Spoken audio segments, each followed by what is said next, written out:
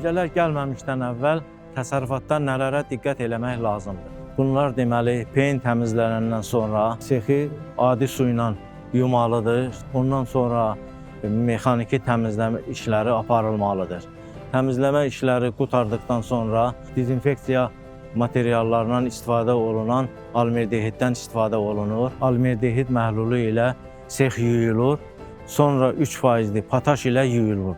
Qurulduqdan sonra əhəng vururlar. Əhəng vurulduqdan sonra apilka sərilməlidir. Apilkanın qalınlığı qışda 5-7 sm, yayda 2-5 sm olmalıdır.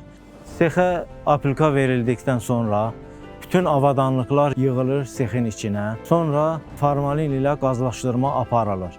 Formalin ilə qazlaşdırma 3 gün, cücənin gəlməsindən 3 gün əvvəl aparılır və cücə gəlməzdən 24-48 saat əvvəl fanlarla həmən formalin iyi sexdən çıxardılır ki, cücələrin qəbulu tam olaraq stressiz keçirilsin.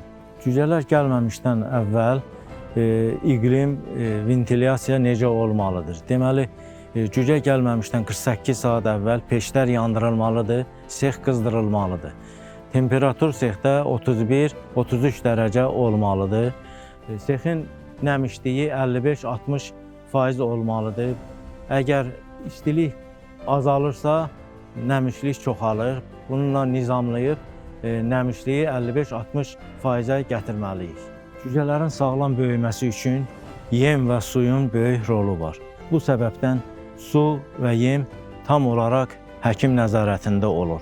Yemin balansı, protein enerji balansı düzgün olmalıdır və istehsal tarixi yeni olmalıdır, yəni istifadə müddəti keçməməlidir. Suyun pH-ını yoxlamaq lazımdır ki, suda da problem yaranmasın. Suyun istiliyi 25 dərəcə olmalıdır. Cücələr gəldikdən sonra yemə nəzarət eləmək lazımdır. Cücə bir gündə nə qədər yem yeyib, bu artım olmalıdır. Məsələn, bugün yediyinin sabah 2 qatını yeməlidir. Suyu da eyni qaydada, məsələn, suya nəzarət olunur. Su ilk günlərdə qablara verilir. Ona görə də nəzarət burada daha dəqiq olur. Həm də cücələrin ölümlərinə nəzarət olunmalıdır. Əgər ölüm azalmırsa, həmən sexdə yarma işləri aparmalıdır həkim və səbəbini bilməlidir. Biotəhlükəsizlik o deməkdir ki, hər gələn insan, hər gələn adam sexin içinə gəlib girə bilməz. Ancaq paltarını dəyişib, həmən ayaqqabılarını dezinfeksiya eləyib sexə girə bilər.